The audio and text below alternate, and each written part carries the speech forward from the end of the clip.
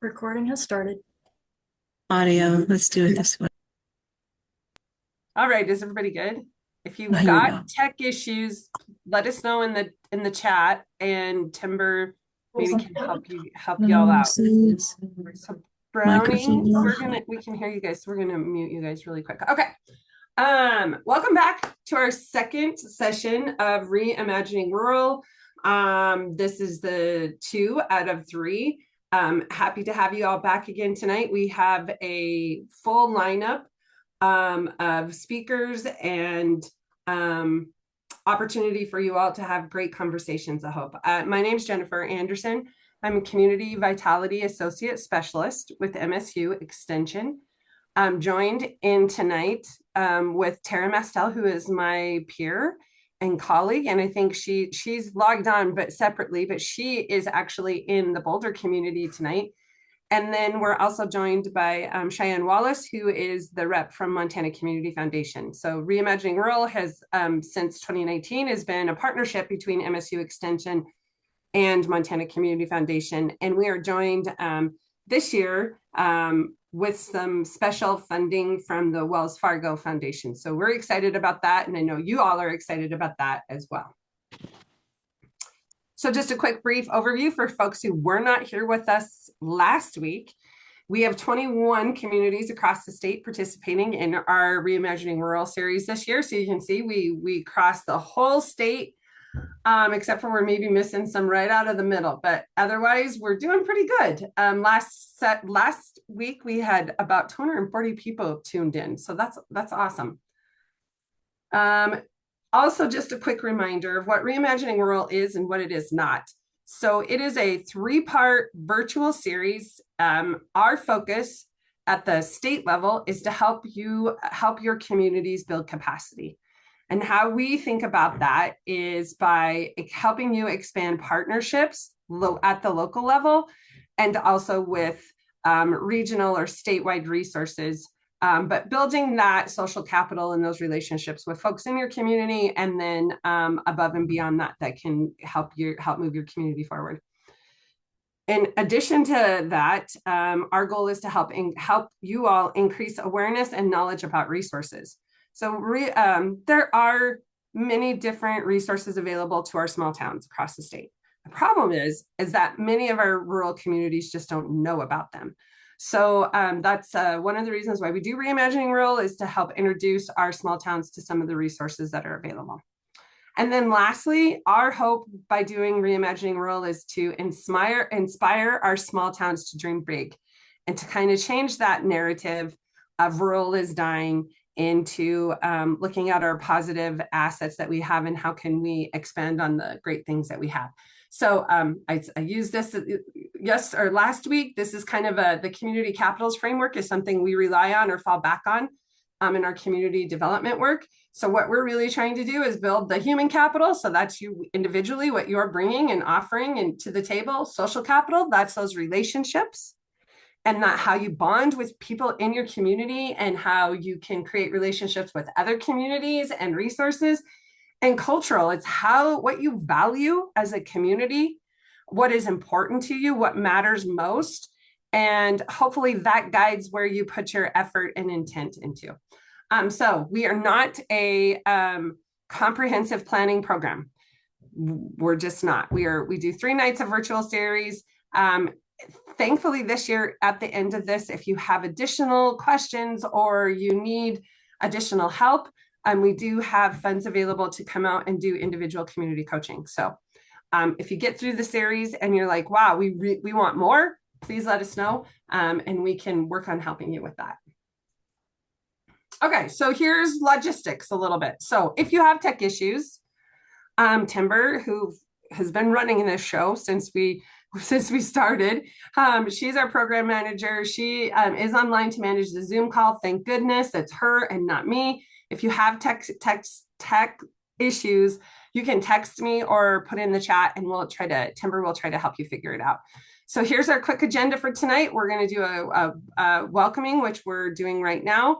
And then we're going to jump into our main presentation from the Department of Public Transformation out of Minnesota. We are super excited to hear from them. And then we'll move into the community spotlight. And tonight it's White Sulphur Springs. And we see that we have quite a few folks from White Sulphur Springs with us tonight. So that's great.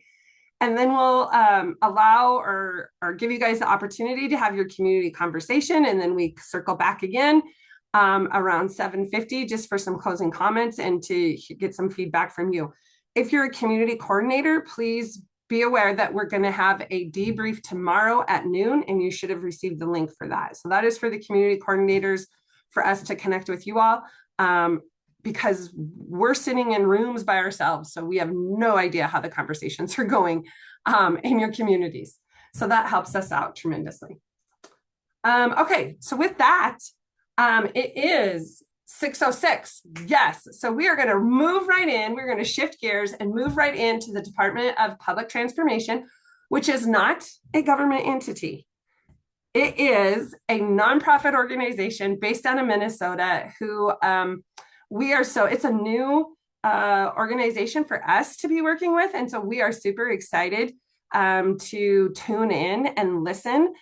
They do service Montana. So there is an opportunity for our small towns, for you guys to build these connections and participate and utilize the resources that they have available. So it's all about engagement and how we can get people to the people in our towns to the table, to connect, to be involved, everybody says they care about their community, but saying you care about it and doing something about it is sometimes two different things. And so anyway, we're just super excited to have them with us tonight. And I'm going to stop talking and I'm going to stop sharing my screen. And I'm going to let the ladies from the Department of Public Transformation take over and introduce themselves and share their wealth of knowledge and resources with us. Awesome. Thank you, Jennifer. Thanks so much to the MSU team. Hello, new friends. It's such an honor to be here sharing this virtual space with you all. This is such a cool format, and it gets me so jazzed to have so many folks in rural communities gathered all at one time and in one place. This is our dream. So thank you for having us. I'm Ash Hansen, the Creative Executive Officer with Department of Public Transformation. I'll pass it to Serena. Hello, everyone. I'm Serena Otaby, the Activate Rural Program Director with the Department of Public Transformation. And can you all see my slides okay? All right, good. Hey, y'all. I'm Courtney Burgee Swanson, and I'm the Activate Rural Associate Director with DoPT. Awesome. We'll start in a moment with Courtney introducing you to Department of Public Transformation's mission and programs, and then we'll pass it over to Serena. And she and Courtney will share information about the Activate Rural program, which is happening in Montana. And we'll give some examples of creative building activations. So just locally, anybody who can see, if you could raise your hand, how many of you own or lease or operate or steward your own creative space or third place? You can just raise a hand. And on that same side of things, how many of you would like to, if you don't already, own or operate or steward a creative space or gathering space for your community? Awesome. Or if you wish you had more of those creative spaces in your community, any of those answers, you have come to the right place. And once we get through the Activate Rural program, we'll throw it back to me and I'll share a bit about arts-based civic engagement, which is the heart of the work that we do at DoPT. So we have a lot to share with you. We also have a couple of moments of pause and reflection during our presentations, a little bit of interactivity locally in your communities, or if you're joining us on your own, that you can jot down with a pen and paper. So if you want to have a notes document ready, that'd be great. I also put a resource document in the chat. There's a bunch of links there, and we're going to be referencing those links throughout the presentation. So you don't need access to that right now to engage with this presentation, but you will be sent this afterwards as well. So anything that we're mentioning in terms of those resources, know that that will be coming to your inbox, so you will have access to that.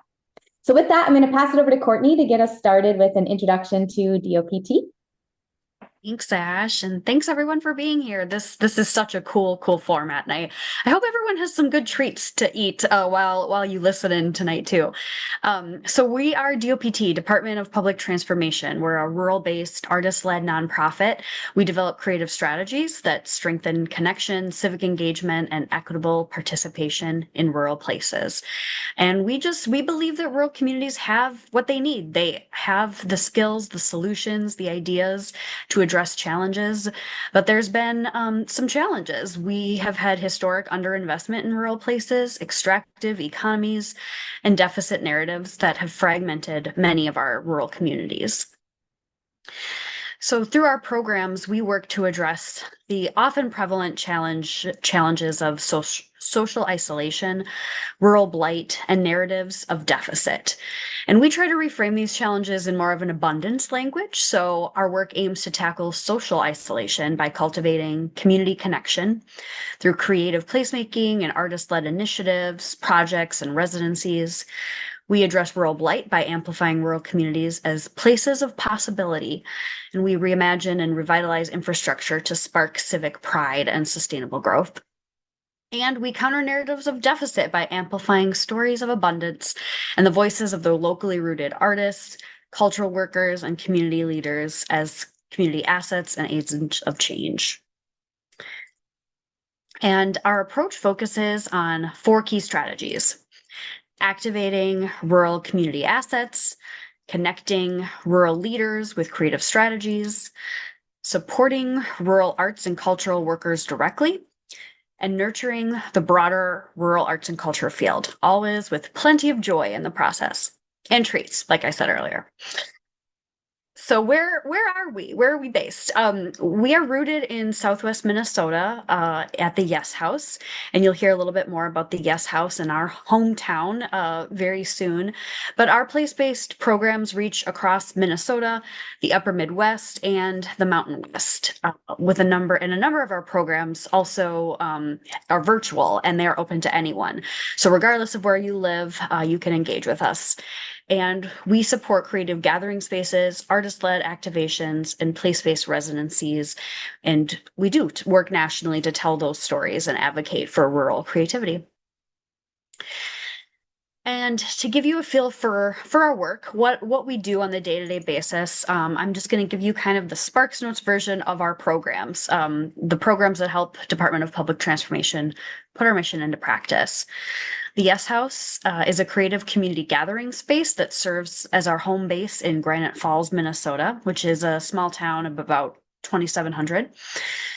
You'll hear more about the Yes House from Serena a little later. Activate Rural is another program we'll talk about quite a bit tonight. We offer funding, peer learning, and creative and technical assistance for rural artists and entrepreneurs building creative gathering places. Beyond the Clock is our monthly national online gathering and podcast series that fosters fellowship for rural connectors and cultural workers. So we invite creative rural leaders to share their stories and amplify them nationally through a partnership with our organizational partners, Voices for Rural Resilience and the Rural Assembly. And everyone is welcome. We encourage you to join us at a future event. That's one of the links that's in your resource guide. And so we hope that you can join us or listen in on whatever podcast platform you use.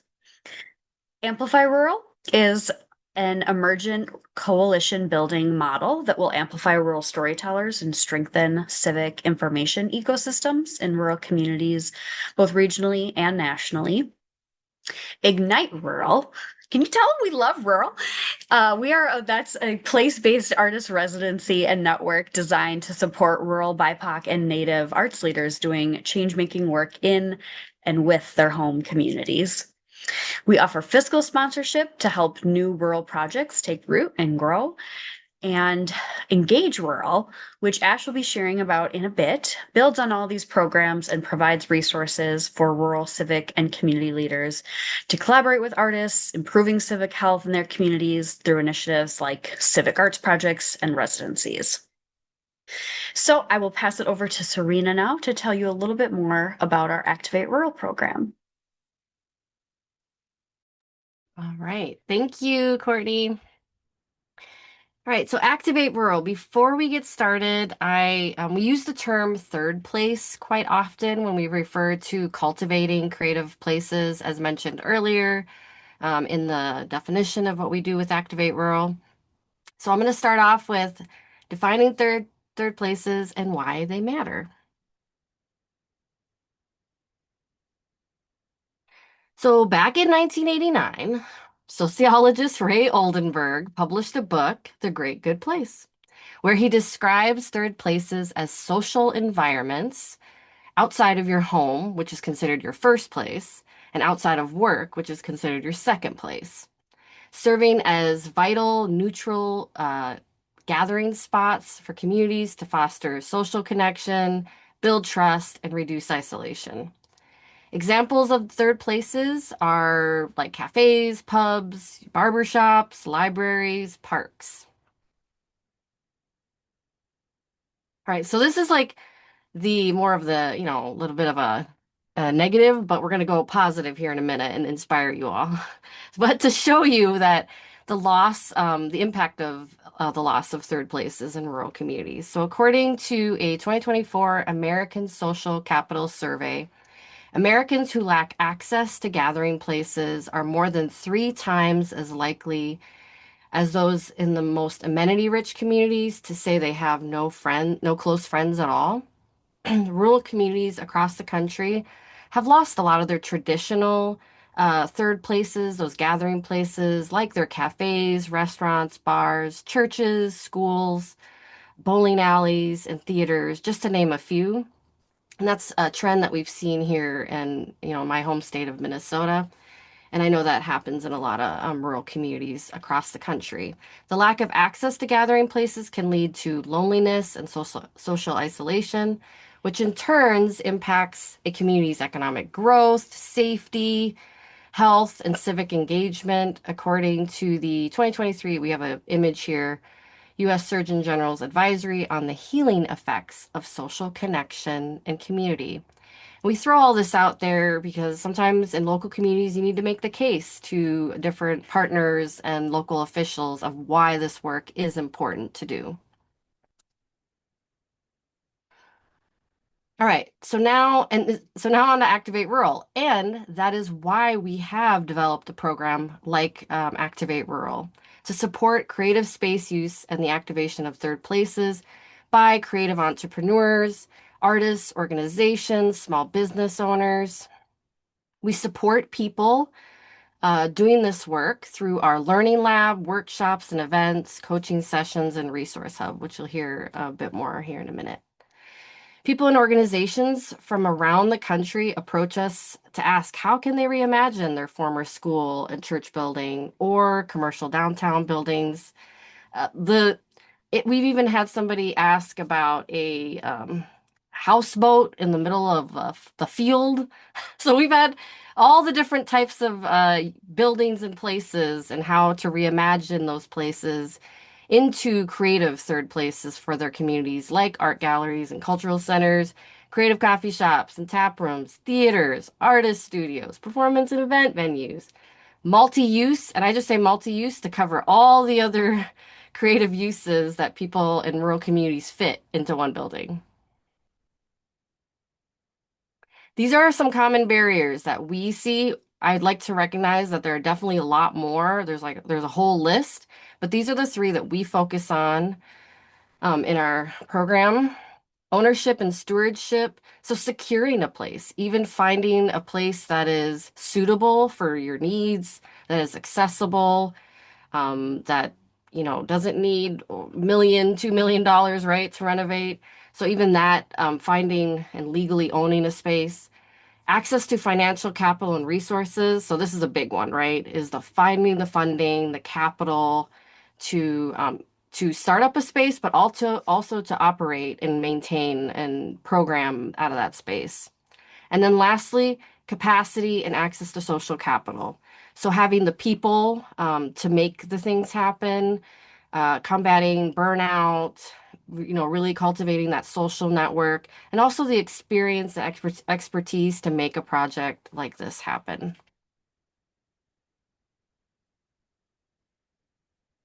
So a little bit about the impact. Before we move on to examples, which we'll get here in a second, I'm excited to share. Oh, sorry, jumped out. This is my wrong slide. This one is about the impact. So this is actually from back in 2023 when we launched the Learning Lab, one of the programs of Activate Rural, where the impact of that. So we invested 125,000 in 5 activation projects in 5 communities across Minnesota. And the impact after 2 years was for every dollar that we invested in Activate Rural funds, leveraged an average of $4.30 from other funding sources, including a mix of public and private. So we saw that, 4 times like grow just from that initial investment. And again, this is a great stat to show that the impact of just a small investment can really amplify in a creative activation project like this. And then I really wanted to make sure that you all knew, because that was the 2023-2025 cohort. We are right in the middle of the application period for the 2026-2028 Activate Rural Learning Lab cohort. And for the first time, Montana, you all can apply for this, which is really exciting.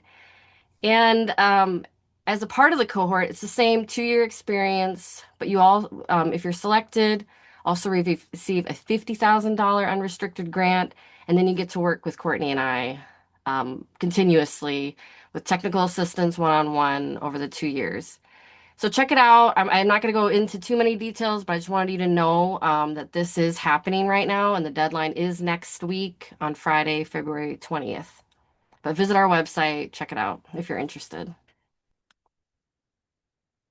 All right, now on to examples.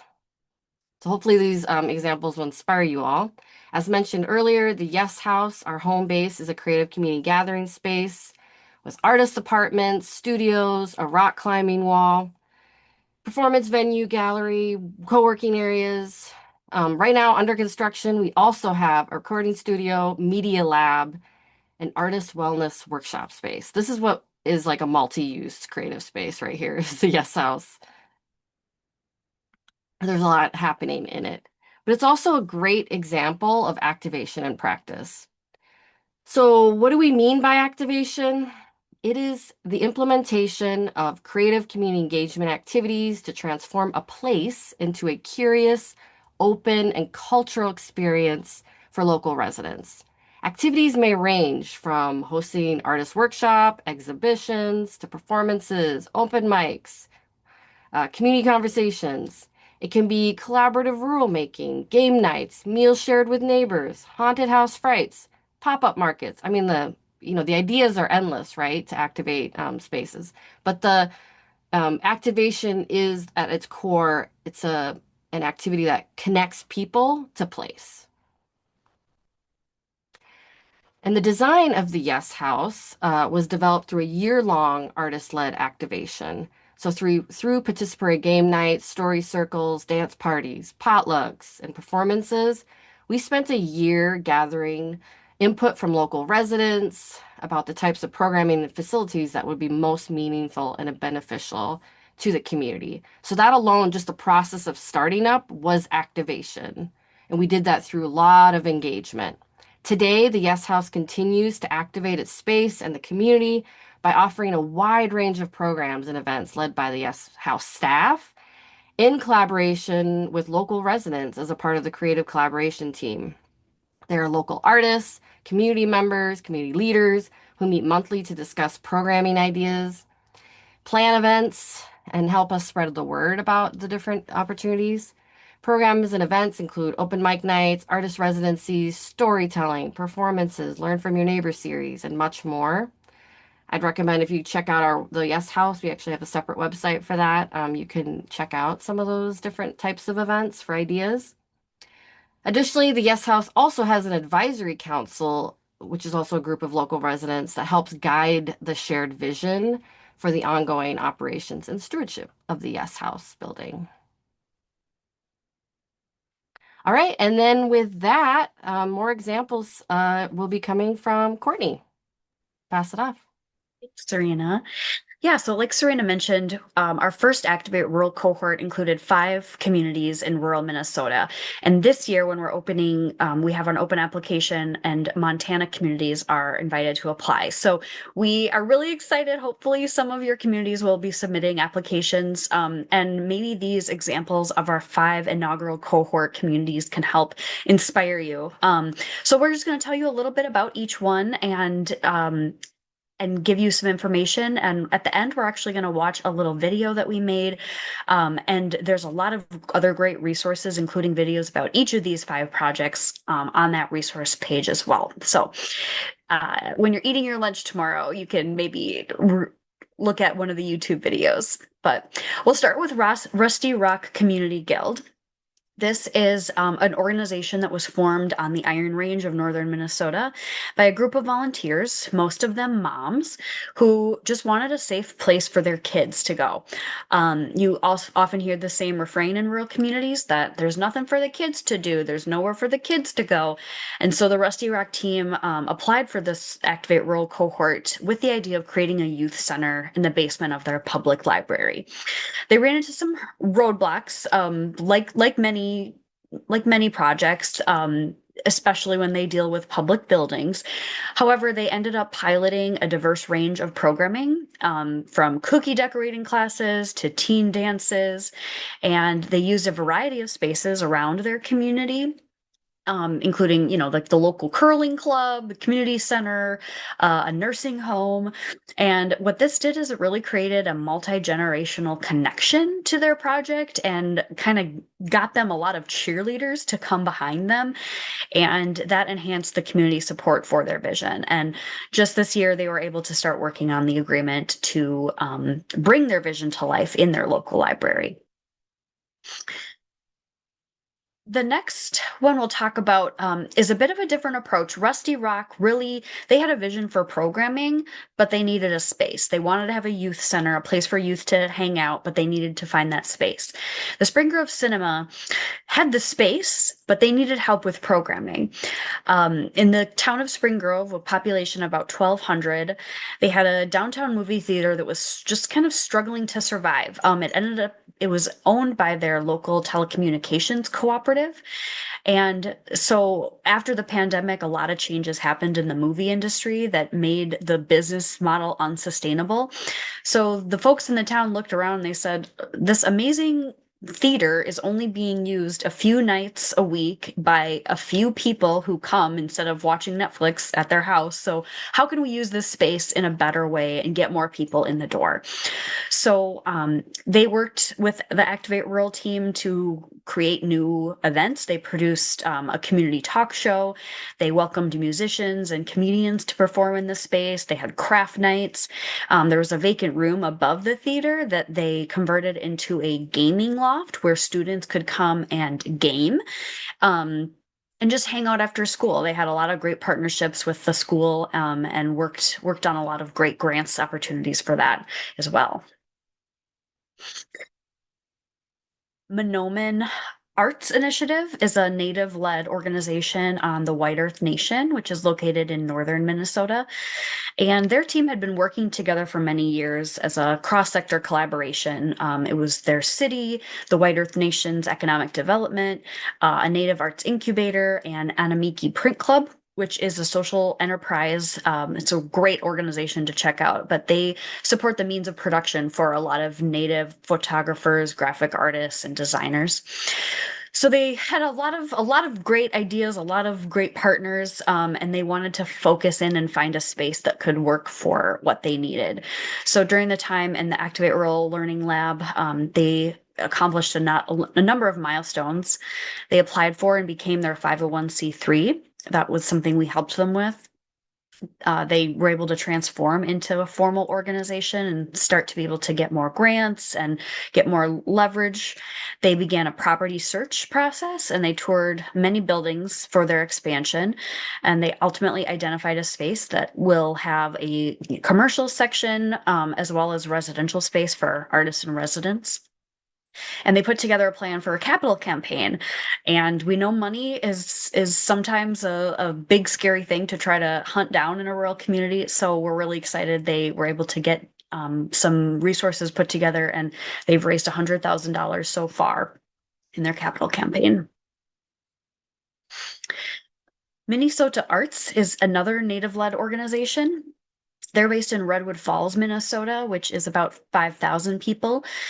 And they're adjacent to the Lower Sioux Indian community. And the artist who is leading Minnesota Arts began as an art bus, operating an art bus, which distributed traditional materials to Native artists like brain tanned hides and porcupine quills, things that are harder to find. You can't just buy that on Amazon.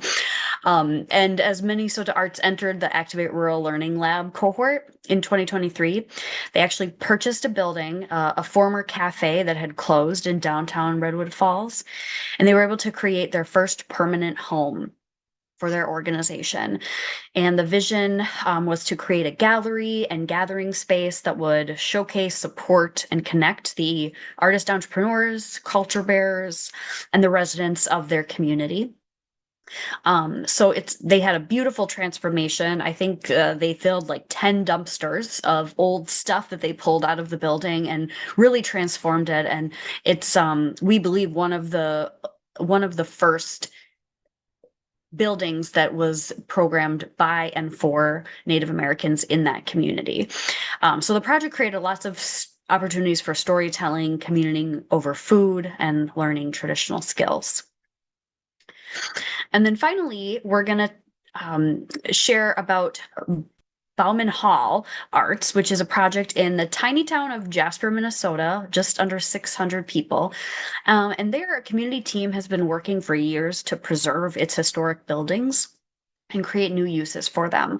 So we have a short film we're going to share with you on the Bauman Hall project. We also encourage you to visit our website to look at the other cohort videos as well. Each of them had videos made. So we'll get the film going. Hopefully you all can hear it pretty well.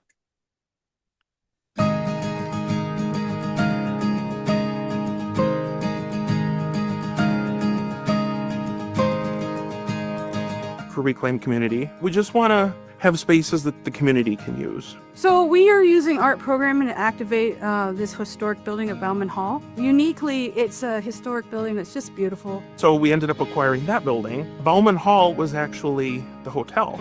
Somebody from town bought the building, they took it apart, block by block, and brought it to town and rebuilt it. Well, when I first saw the space, I was just like, this is amazing. Put art all over the walls and art outside, activate the space. Activate Rural is one of the best grants I've ever worked with. We've offered art classes, learn how to express yourself, learn how to explore, learn how to mess up. Their face lighting up is just like, it's awesome. I just love it. Be creative, be yourself. They put together a haunted house down at Bauman Hall.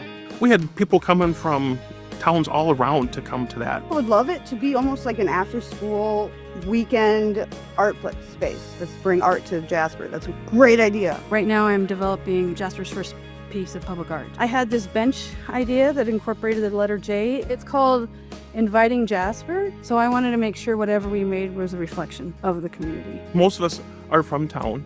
So our original mission was to find a project saving the school from destruction. The original part of the school was built in 1911, and it's all built out of the quarry stone. Well, quartzite is the hardest building stone in the world. That is what Jasper was founded on, was the quarry rock. Swedes, people from Norway, people from in town, and they would shape everything by hand. So many people have gone through those doors, and we want to get potentially maybe some loft housing in there. We would like to get the gym operational open for kids to use. When your heart is into it, what do? You know, you hate to see anything disappear.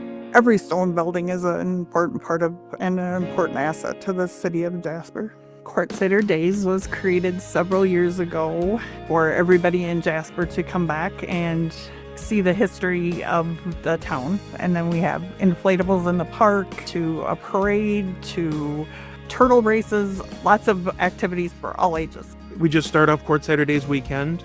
People bring tractors, motorcycles, whatever they want. And it's just time for people to get together, have some fun, eat some food. We've offered opportunities for people to come and paint during Quartzitter Days. We're doing a mural. Remember this kid coming in, she's like, oh, there you are. I I didn't see you. And she was so excited to do like art here, and that moment made it worth it. By being part of the art program and everything, it's just so important to me to bring the community together. And I guess that's something that always resonates in me, that how strong the community is to pull together under any circumstances. The more hands we have, the bigger we can make it, put their handprint on and be proud of, what comes out of it.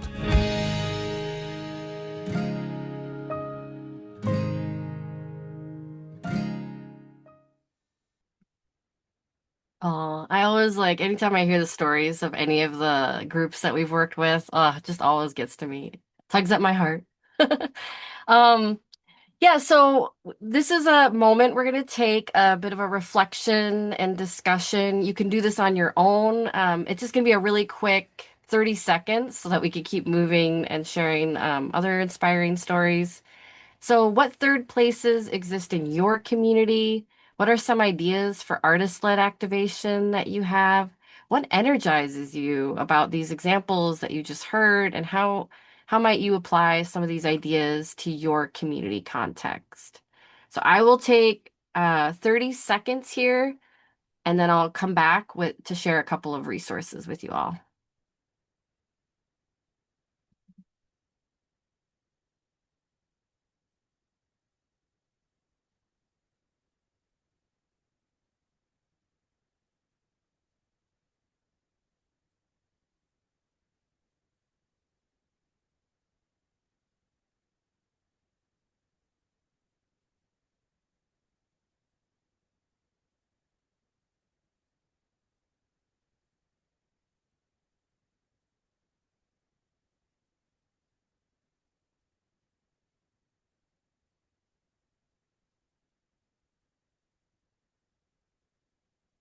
All right. Now we're going to come back. So if you, so a lot of times, a lot of us, when we're listening to these stories, you probably have places in mind that you've been thinking about. I know I do that when I listen to presentations. Like you think of a place, either a place that you grew up going to or that you go to currently that is a beloved third place, or create or space in your own community. So a couple of resources that we wanted to share that we have here is we have an atlas. So we published this atlas last year to document the inaugural cohort that you just heard from, and put together resources for other communities to use as they look to activate spaces and create new community gathering places. You can download it for free on our website. The link is there, but it's also in that resource guide. So just to get you started, this would be a great starting point if you want to work with your group for some ideas or tools. We actually have templates and things as well in the atlas. And then just a couple of other items is that we also, as a part of the workshop series, we're actually launching our workshop series that, again, is free. It's virtual, that you can sign up for and join. And the first one is going to be about, it's next month, how to keep the lights on. So it's very practical, how to keep the lights on in your creative place if you're operating it. And then we have 3 a year. And we do record and send those. So if you can't make the actual time, we could still, you can access the recording. And then we have activation coaching sessions, as we mentioned earlier, that are free. And you could talk to myself, me, or Courtney, the Activate Rural team. You could sign up on our website. We have 30-minute sessions. And if you want to talk through challenges or ideas, we're more than happy to do that with you. And with that, I'm going to pass it off to Ash. Thanks, Serena and Courtney. So next, we're going to take a little bit of a pivot and dive into civic arts engagement. So what do these activations look like in practice with or without a bricks and mortar home base? So maybe you're not looking at starting a third place, but you still want to activate your community with arts and cultural engagement. How does this work impact our community and civic life? So as we have moved forward with our work, we found it really helpful to provide a few definitions related to what we mean by civic arts engagement. Those are words that can have lots of different definitions, and they can be a little jargony. So just to ground us, we're going to just provide a few definitions. So how we define civic engagement is anything relating to community decision-making, problem-solving, and support systems. So civic engagement for us refers not only to actions like voting or running for office, but also things like volunteering, neighboring, attending public meetings, participating or volunteering for community events, contributing to community initiatives. That's all part of civic engagement. And then when we talk about civic health, this is one of these indicators that we can measure of whether or not our community feels that they have the ability to engage in and contribute to collective decision-making. So this is really measured by both the opportunities that exist for civic engagement, but that's not quite enough. It's also whether residents feel that they're able and welcome to participate in those opportunities. So how do we bridge that gap? We find that arts and culture can really help with that.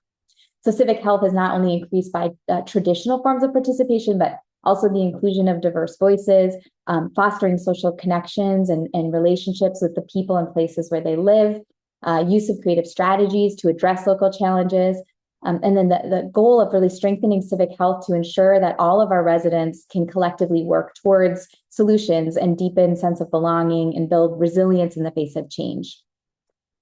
So when we talk about a civic arts practice, it's one that uses art and creativity to bring people together, that will spark conversations about local issues and then encourage more people to take part in community and civic life. So there's an action element to that art project.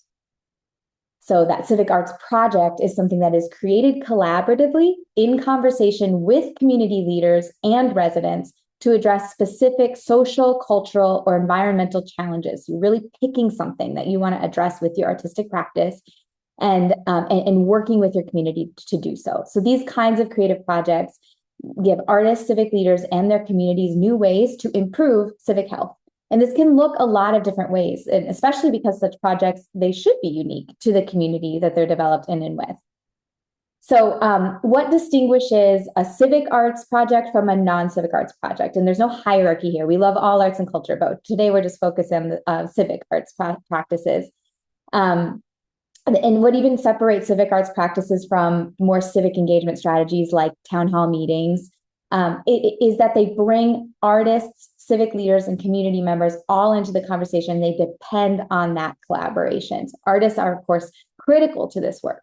So DoPT, we have an intentionally expansive definition of who is an artist. So those of you in the room that might not think you are, just listen to our list and see like, oh, maybe I am an artist. So by artist, we mean anyone who is creative, resourceful, inspired, driven to collaborate across all sectors of public, private, or civic life. But this also includes mediums such as visual, performance, multimedia, literary, social, civic, culinary, land, traditional, folk, textile, event production, and more. So we mean culture bearers, craftspeople, artisans, hobbyists, contractors, handy people. I think I said handy people twice because I got excited. And then when we talk about civic leaders, we're not just talking about folks who are elected. They are included in that, but we're also talking about volunteer, informal, or formal leaders, anyone who has the ability to influence change at a community-wide level. So this could be community organizers or local government officials, tribal councils, nonprofit leaders, youth advocacy groups, influential neighbors, aunties, grandmas, elders, anybody who has that kind of collective power to make things happen. Then we talk about activators, and that's includes anyone who's an instigator, organizer, connector, cheerleader, just involved in the specific community or civic effort happening with the civic arts project. So if you're working on something related to water quality, maybe your activator is somebody who really is a local fisher person who really knows a lot about the river. That is somebody you want to get involved in your civic arts project. And then anyone else who's a member of the community your project is hoping to engage should be invited to participate in and co-create this arts-based civic engagement initiative. So where does arts-based civic engagement happen? So we want to emphasize that civic arts initiatives are happening both in urban and rural spaces. However, these types of initiatives are often more commonly funded and resourced in rural or in urban areas. So our goal with DoPT's Engage Rural program is to specifically support and resource civic leaders and artists in rural communities as they work to incorporate arts-based strategies into their civic engagement efforts, recognizing that these strategies that currently exist or the kind of resources that exist need to be adapted to the rural context. And so for us at DoPT, rural is communities with population of 20,000 or less. That's kind of our remit. We mostly work with towns much smaller than that, but that's our cap. So civic engagement strategies can look, sound, and feel many different ways. And we wanted to share a few examples of civically engaged arts projects to open up ideas of what's possible when artists and civic leaders work together to improve community systems. So the first two examples I'll share are from urban communities, and the second three are from rural communities. So civic arts can look like Amanda Lovely's pop-up city hall meeting in St. Paul, which is a traveling city truck converted into a mobile town hall that shows up in community spaces and invites residents to give their input on civic matters in exchange for a popsicle. So it can sound like a brief, insightful conversation in a city park and taste like a frozen treat on a summer day.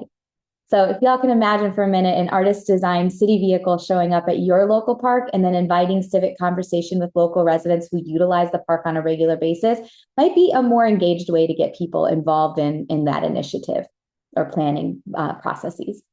So this project was also part of a larger program where Amanda was the full-time city artist in residence with the city of St. Paul. So just imagine for a moment the impact of a full-time artist in residence whose job it is to do civic engagement work, collaborating with your whole government and community to think up and implement civic engagement initiatives. We launched a program like that in Granite Falls, the City Artist in Residence program, in 2020 as well. So happy to chat more about that if you're interested in knowing more about what that could look like.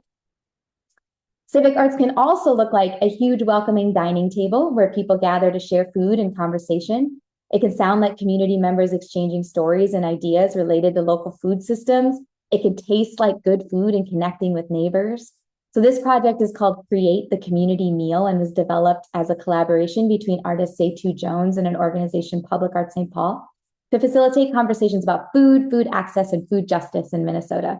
So this half-mile-long table served dinner to 2,000 neighbors in low food access neighborhood. Can you imagine a dinner for all of your neighbors to discuss access to healthy local food in your community? So civic arts could also look like Civic Saturday events, which are small local gatherings to talk about civic issues, values, and upcoming events. It can feel like coffee and community and sound like songs, poetry, and honest conversation on a Saturday morning. Civic Saturdays were launched by Citizen University in 2016, and since then, events have been hosted by communities across the country, including Granite Falls, as pictured here. The Citizens University team describes this project as Civic Saturday is designed as civic analog to the faith gathering. So we recognize the power of coming together in this way with a sense of ritual and structure in service of deepening connectedness and belief. In this case, a belief in democracy. Can you imagine regular Saturday gathering in your community where residents share in story and song over a coffee and pastry and discuss local topics? Next example is city council punch cards. So civic arts can look like this, which invites community members to attend local city council meetings in exchange for a punch on their card. Get all the dates for your local city council meeting on one card and an incentive to show up. Once your card has had a certain number of punches, a city council member takes you on a date. They treat you to lunch and a conversation. So you get to know your city council member in addition to getting the civic information you need. This project is part of a citizen kit, was designed by rural artist Mary Welcome in collaboration with civic leaders in the small town of Fergus Falls, Minnesota. So just imagine playful incentives that would bring more local residents to your city council meetings, town halls, or planning sessions. And the last example I'll share is the Harvest Puppet Parade. So the civic arts can also look like a puppet parade.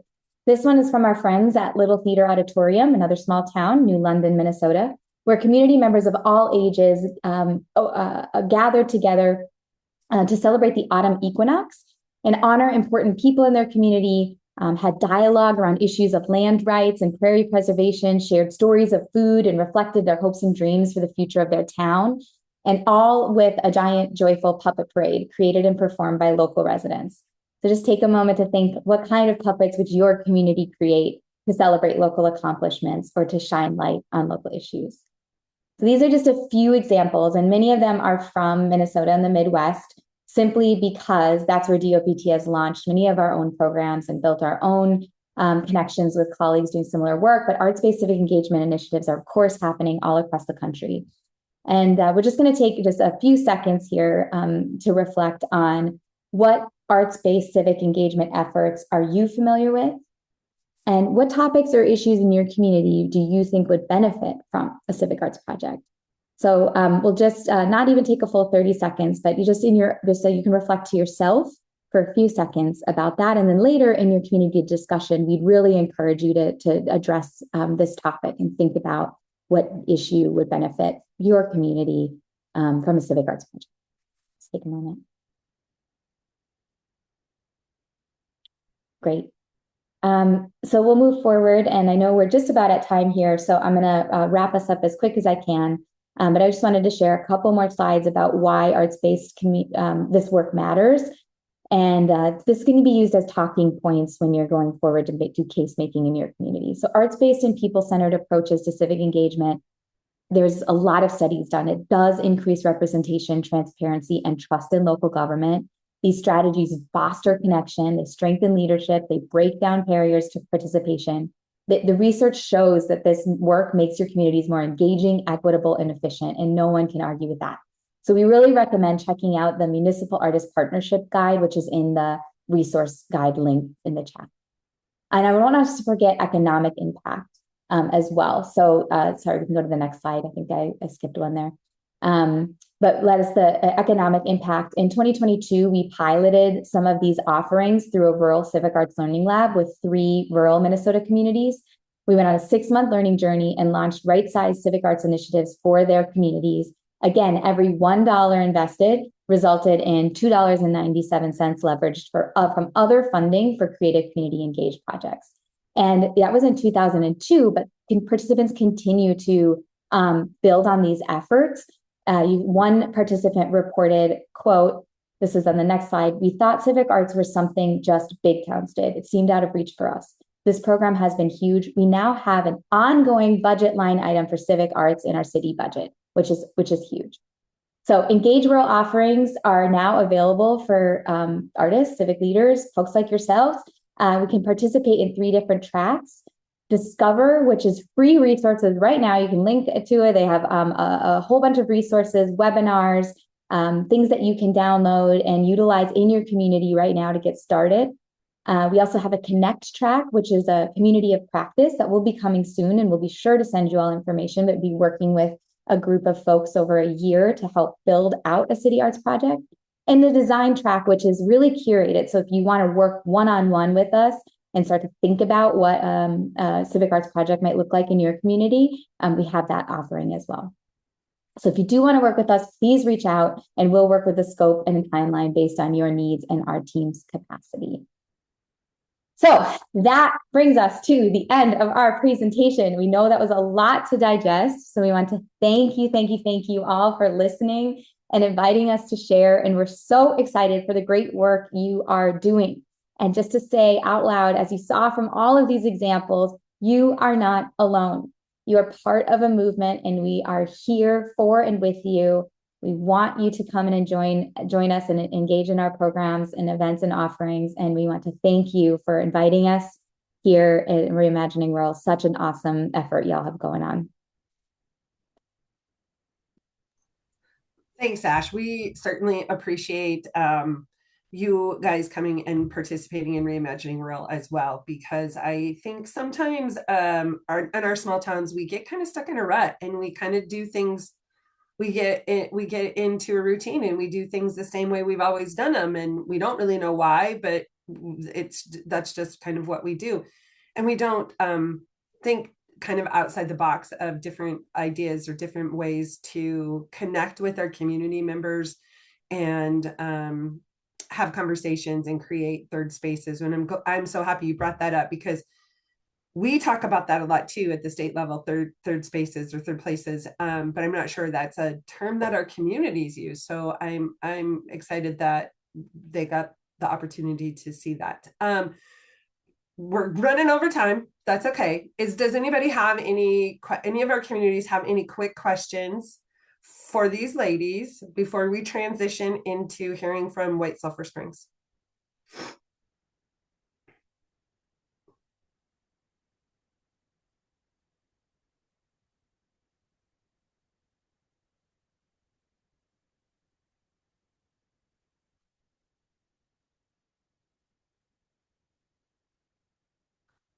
Oh, our friend Dustin, who he's joining us from North Dakota. He's with North Dakota Extension. He offered up a classic North Dakota joke, goes something like, "I'm all for progress, just don't change anything." Isn't that the truth? So true. Well, just one more minute. So if any of you communities have something that you want to share, you can unmute really quick, or you can throw it up in the chat. Otherwise, then we will transition to hearing from White Sulphur Springs. And then you can have the opportunity to talk more about arts and creative engagement and what that might look like in your community, or what third spaces that you have, because we know every town has them. Or which ones can you work on? This might be a project you think about for your the grant, the Next Step grant coming from Wells Fargo Foundation. So question, how long has the Department of Public Transformation been around? Yeah, we are just entering our 8th year. So we're relatively new. And where does your funding come from? Like how do you, because you're a nonprofit. Yeah, so we're a how nonprofit. do you get to do this wonderful work? So the Activate Rural program is primarily funded from the Mellon Foundation, which is a national foundation. And then we also get support from from Minnesota DEED, so the Department of Economic and Employment, from the state. But most of our funding as an organization for all the programs that we mentioned is from private philanthropy, national private philanthropy. Gotcha. Great question. Okay, any other questions?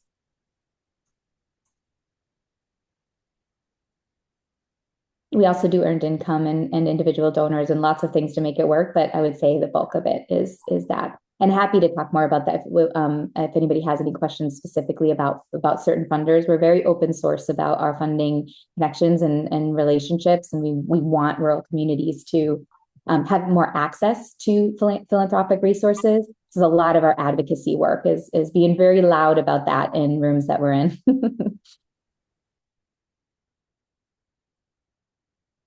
And just to say again, there's coaching sessions available. So if you do have any follow-up questions, you want to go deeper with us, please do sign up for those sessions. We're all very available, especially right now as we're doing applications. We want to answer questions. So do reach out to me, Serena, or Courtney. And in that document that we've linked and that you will get sent after this event, all of our contact information is in there as well. So thanks again for having us. Thank you. Thanks, Ash. Thanks so much. Hopefully some of our communities may look at this and see this as an opportunity to apply and to carry on or move forward, expand the great work that you're doing in your town. We need to pivot time-wise. We need to pivot. And I also know too, like, I'm sure many of these folks out there are like me, like you hear something and it takes you a while to process and to really think about it. And so you'll have the opportunity to talk more in your community conversations. So with that, we're going to pivot and we're going to move into hearing from Cassie Coburn. Right now, she's like in the middle of my screen, and she's coming from the Meagher County Stewardship Alliance. Did I get that right? Council, but very similar. Oh, okay. My brain, you guys, I'm like it's off screen, so I'm like a week into this head cold stuff, and it is like got me down and out. So it's been a rough week, but anyway, we're going to turn it over to Cassie. I think she's got some slides for us, so she's going to share, and she is joined by some of her fellow White Sulphur Springs folks, and we're going to hear about the successes and the projects that they've been working on in White Sulphur Springs. So take it away. All right. Well, my name is Cassie Coburn, and I am, sorry, once I get this. I am the executive director for the Meagher County Stewardship Council. And as soon as I can get this to play. All right, is everybody able to see my screen? Okay, perfect. Yeah, so I'm the executive director for the Meagher County Stewardship Council. I've been in this role for 2 years now, and then I also own a couple restaurants and a coffee shop in White Sulphur Springs with my family. So wear a couple different hats, but it makes this job so much better. I'm joined by Andrea Massey Farrell. She's our newly appointed board chair for the council, and then Bill Bryan, who is our consultant. So I'm going to go through these slides, and then if people have any questions throughout, just feel free to get my attention somehow.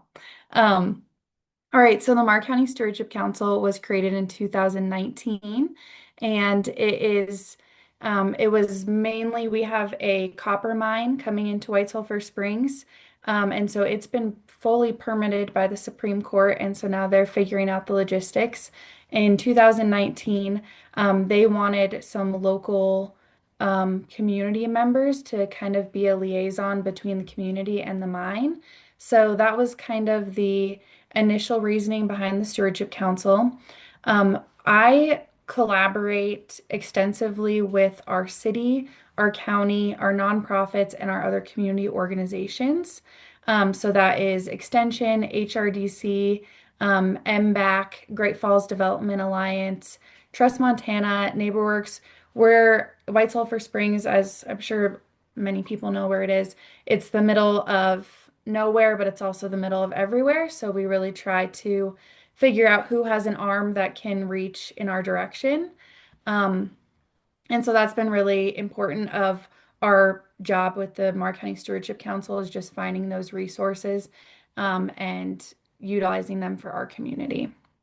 Our council is made up of 15 members, so 60% from in-county, and then we have 40% from out-of-county perspectives, so that we just have a bunch of different ideas going on. Small town, big sky.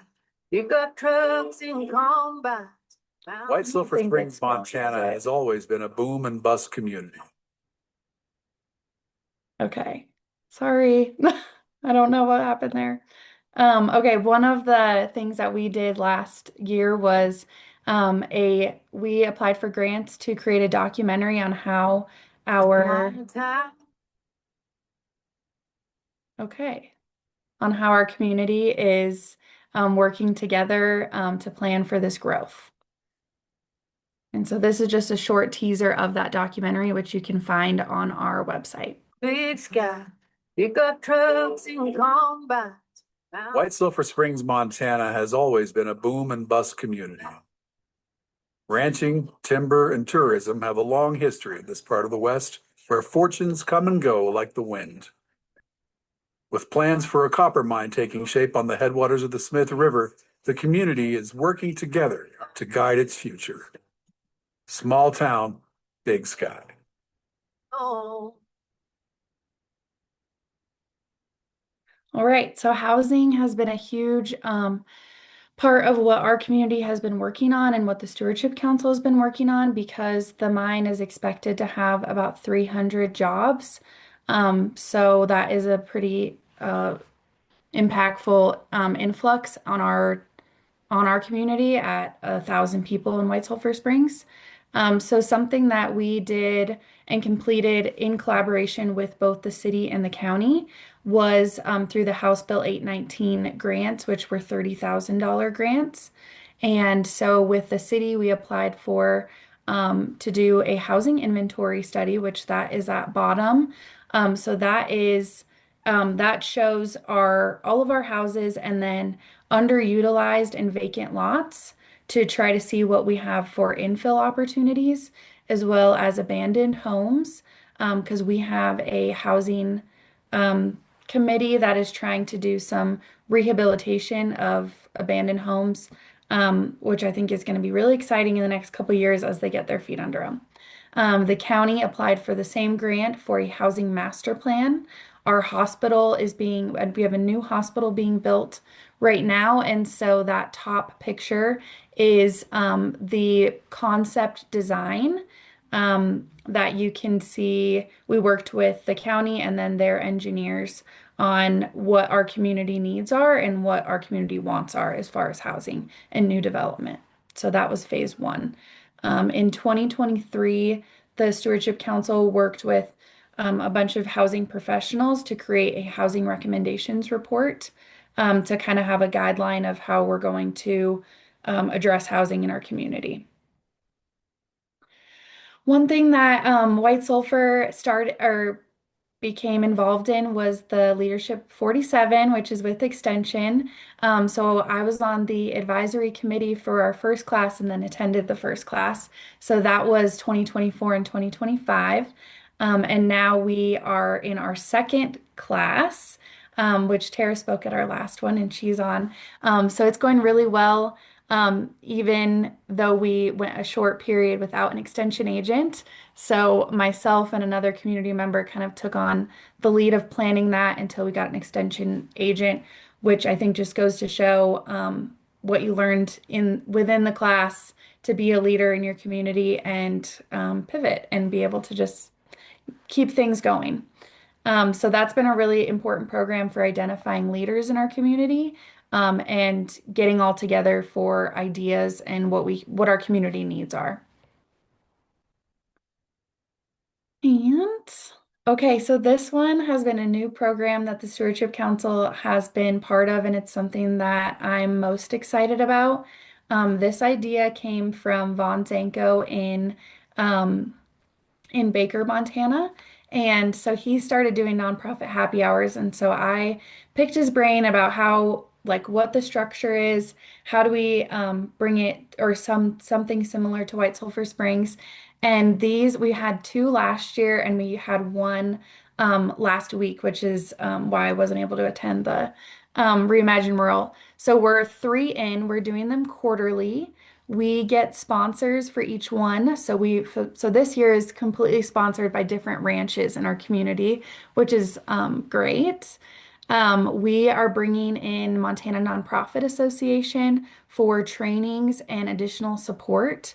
And so I applied to be a rural ambassador and was chosen for that. So I'm really excited to be able to be an arm of the Montana Nonprofit Association and bringing it to our community organizations. These are free. They happen quarterly, and we have alcohol and food, or free food and drinks. And if I know anything just for being in the restaurant business, is that to get people to show up, you do free food and drinks.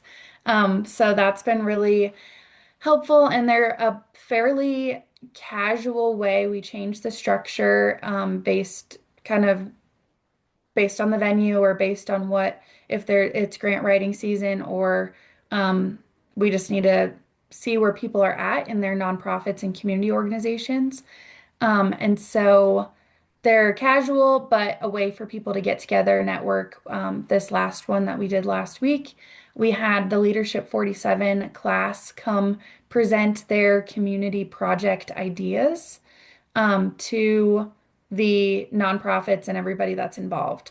And so out of that came a lot of successes in donations and collaborations with the nonprofits and these leaders that are involved in Leadership 47 that aren't yet part of a nonprofit, don't know what nonprofits we have available, or community organizations. And so that's been really exciting part of our work.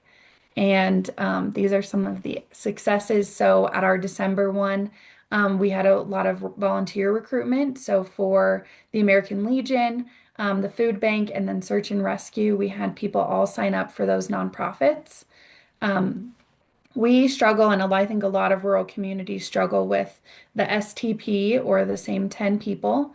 And so I think a huge part of my work and just what I've seen through the nonprofits is that we need to bring people in and identify not the everyday person that you're like, oh, she does everything or he does everything, he should be part of this. We need to identify those kind of hidden leaders that have the capacity to do a really good job at one thing, and instead of trying to spread yourself thin and do a half job at a bunch of things. We had some donations to Leadership 47 community projects. These have some collaborations. So we have a Thrivent office here, and they have something called action teams. And so we've utilized those for some of the community projects with Leadership 47. Ag West Farm Credit has grant applications. So we linked those people up in the nonprofit happy hour, which, I mean, it's huge to make connections. And that's the biggest part of being in a rural area, is utilizing your connections and to get the things that you need. With the University of Montana has identified White Sulphur Springs for their rural entrepreneurship and leadership collab, and specifically on women entrepreneurs because we have so many. And so that's been, they did a study and they're doing a documentary on women business owners and just the entrepreneurship spirit that we have in White Sulphur Springs. We did both a volunteer drive and a membership drive for the Chamber of Commerce and our nonprofits at other events, just so that anybody that we can get in front of a nonprofit organization for them to be able to join and learn about is super important. And so these are just some of the pictures of the December nonprofit happy hour, our June nonprofit happy hour, and then the Real Women's collab pilot. So with Black Butte Copper, or any rural community that has a large, developer or employer, this has been the reason for our organization starting, but then we're an independent 501c3, so trying to do all aspects of the community. So one thing that we're working on right now is negotiating a community benefits agreement with Black Butte Copper. So that will be between our organization and the mine. And this focus will have youth programming, and it's all tied to monetary amounts for our community from the developer. So youth programming, water monitoring, community programs, and then a long-term fund so that we can avoid the boom and bust and be able to continue when the mine it has an end date. And so when it leaves, our community doesn't I don't know what word I'm thinking of, but doesn't rely on that salary and funds without being able to move forward. So that long-term fund is huge. And we currently have, and this you can find on our website, is a no open pit mining. So that was something that our organization got signed by the mine at the very beginning. And so all of their mining will be underground and they are not allowed to do any open mining in Meagher County. That's an example of one thing that we've been trying to be really just aware of.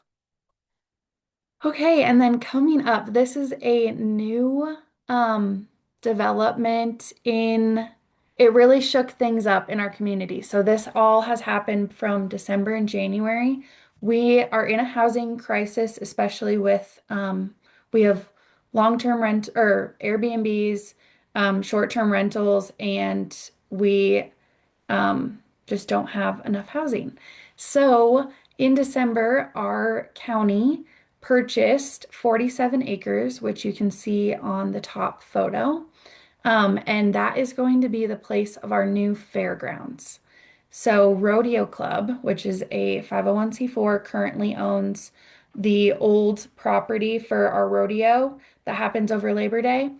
And they've outgrown it. And so the county bought this 47 acres and will be developing fairgrounds, which will be used year-round, 4-H, all the things, and they purchased it with a Harmon Trust. And this opens up a bunch of opportunities. So obviously our rodeo is going to become bigger and better. The affordable housing piece is something that we're really keeping an eye on and being involved in the conversations, because the rodeo grounds, which is the current property, has already been platted, has utilities, and is in city limits. So this opens up a huge opportunity for affordable housing, which our county is very on board with. And this hasn't always been the case. So this purchase really shook things up in our community in a really great way. And this new property has a direct access to the hospital, the new hospital, instead of having to go up residential streets. So all of this is kind of what we're working on right now, trying to get a plan for the new fairgrounds. have the rodeo club be on board with for affordable housing and doing something with either Trust Montana, NeighborWorks Great Falls, and trying to make a little package, a housing package for the old property to be used in the best possible way. And so we're just really excited about it. It's all unfolding kind of now and recently, but it can solve a lot of problems in our community or challenges. That's all I have for my structured. You can find more on our website. We also have a quarterly newsletter that goes out on our Facebook.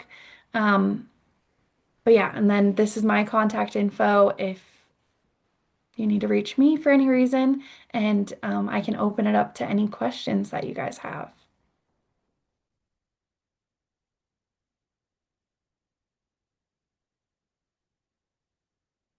Or if Bill and Andrea have anything to add in, if I missed anything.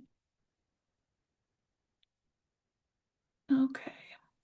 So sorry. I'll get into this just a little bit. Cassie, that was great.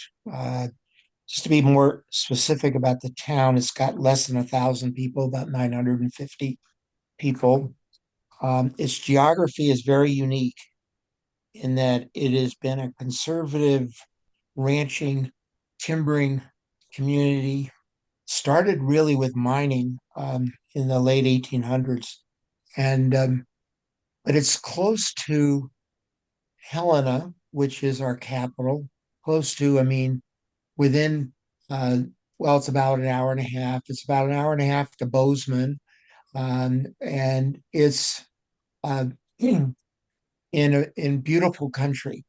And so if it could easily become a negative community in the senses that people that aren't necessarily ranchers, that are amenity landowners, could have easily taken over this area. And there is a real determination to make sure that the culture of rural culture of White Sulphur Springs does not get flattened by the mine. And that's why there is this Meagher County Stewardship Council made up of community leaders. And that's why this really historic community benefits agreement that is almost in place, thanks to Cassie and her council.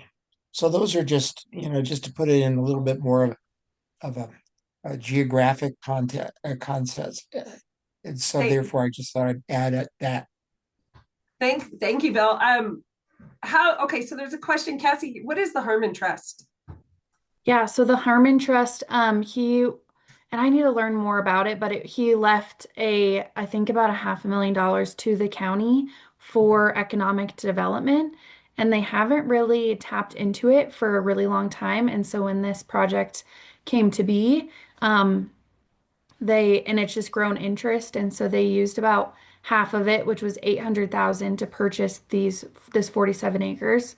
And yeah, it was a legacy trust that was left to Meagher County. Great. Does anybody have any quick questions? I know we're over time, but we'll give you time more on the end. We don't need to come back at 7:50. We can come back right real close to 8 o'clock if communities need more time to have conversations. Does anybody have any questions? So White Sulphur Springs is taking on a lot of big projects. And they're in a much different probably situation than a lot of our other communities that don't have a mine right there. That being said, a lot of our communities are looking at data centers, or data centers are looking at our communities, or you have wind energy projects and things like that. So it's fascinating. As I'm just rambling, if you guys have questions, please put them in the chat.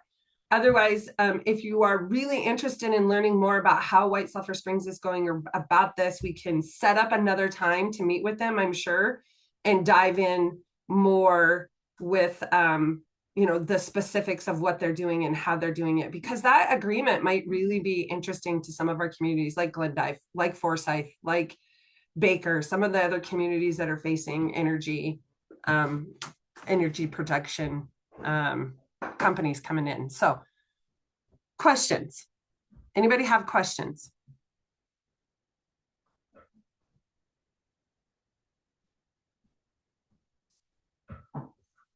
So I'm going to put, or you guys can think about it. I just put a visual up here.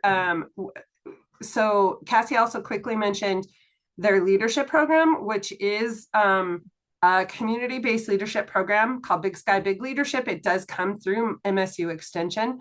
And it is fantastic that they were able to keep that up and running. But I put a slide from another presentation that I do and another resource here. So this is a link to Headwaters Economics that talks about the rural capacity, and leadership is one of the huge issues, that probably the biggest issue that we are facing across our rural communities is the lack of leadership, lack of people stepping up into leadership positions, the lack of people in general to fill all the leadership positions. So you may want to check that out. Oh, Fromberg has raised her hand. Thanks, Timber. All right, Fromberg, can you unmute? Yes, thank you. We'll have a question for you here in 2 seconds. Okay. Hi, Cassie. Big fans of White Sulphur Springs. We were just there last weekend at the Hot Springs Motel. Love your town. I'm just curious, what are you going to do with the old hospital? Any plans for that on Main Street there? So and that's actually where my office is currently. And so we talk to them a lot. They don't have a current plan yet. I think their priorities are right now just getting the new hospital built. But they've talked about assisted living in the back portion of it. They've talked about leaving the downstairs for maybe offices for, just renting out offices. They have a boardroom, so I'm not sure what it looks like, but I want them to make some decisions on it. But they don't have anything yet. Thank you very much.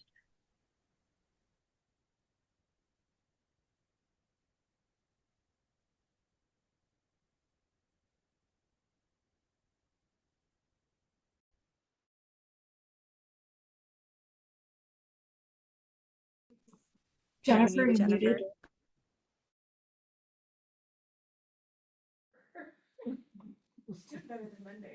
Jennifer, you're muted. Hey, Jennifer, I think your microphone is off. Gosh, sorry, you guys. Thank you. It's probably what Tara was trying to tell me. Like I said, my head isn't fully functioning. Okay. We need to pivot. Hopefully you guys can see the group ground rules on your screen.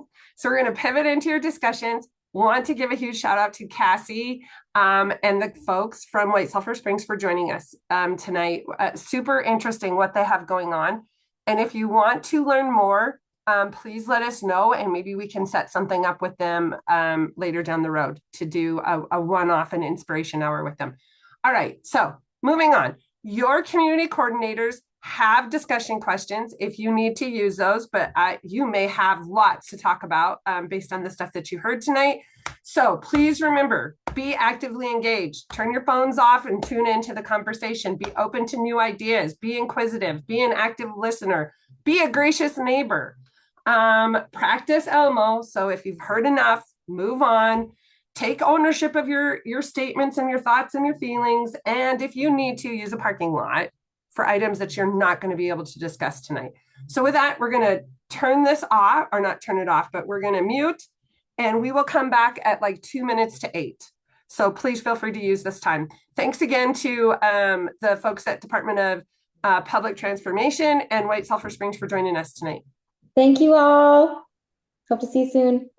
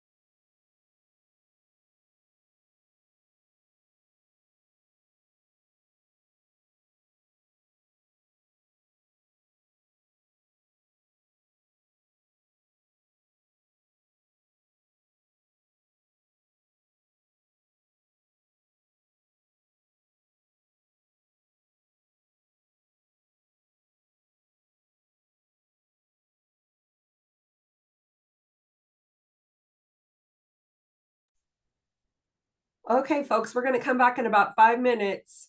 You have about 5 minutes left before we reconvene.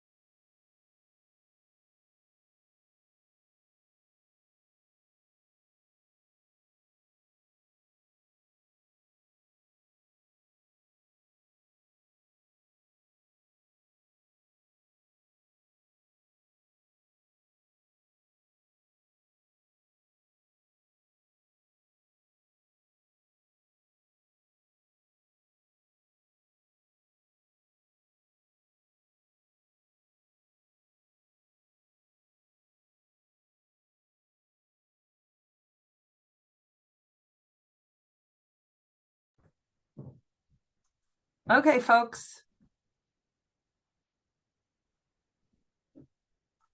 We need to wrap up. It looks like some of the communities are still talking, and that's perfectly fine. Let me see if I can share my screen really quick. So a few parting questions.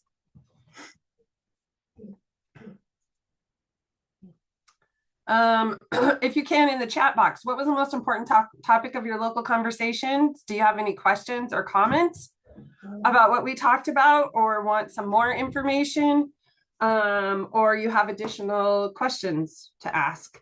And then as you're doing that, what's coming up next? So you don't want to miss next week. It will be our last session. So we will not have a community success story. So what we do instead is we have a longer time for the ladies from Save Your Town. They're going to have 50 minutes because it's going to be interactive. So they'll do some presenting, stop, and then you guys will talk about it, share, have a discussion, and then they'll come back. And so that's how they lead their discussion on the idea-friendly method, which is what they're going to share with us next week. And then we'll have an additional time. You will have 50 minutes for your community conversation next week. I'm guessing we're going to hear from Cheyenne. I'm putting her on the spot a little bit, but we had talked about this initially to begin with, to give MCF some time, some airspace to share more on the grants and what's coming up, because I know some of you are going to be interested in that. So I have two really cool things to share next week, so I can't wait. All right. See, so now you got to tune back in because we're on a cliffhanger. We have cool stuff to talk about next week. So, so I'm going to stop. So share your most important topic, your local conversation, any kind of questions, comments that you might have. I'm going to stop sharing my screen. And it is straight up 8 o'clock. So y'all can keep on keeping on if you want, or you can break and leave. It's up to you, but we'll shut down the Zoom here in a few minutes.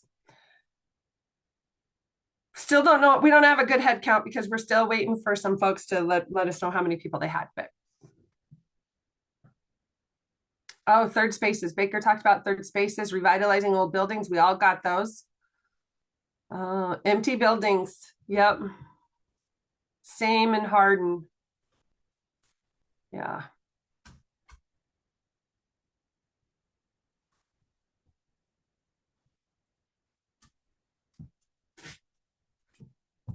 Great. Thanks for sharing how many folks that you had in the room. And remember, if you're a coordinator, we're going to have that debrief session tomorrow at noon. So join us then if you can. And otherwise, we will see you next week for our last session. So thanks everybody for tuning in.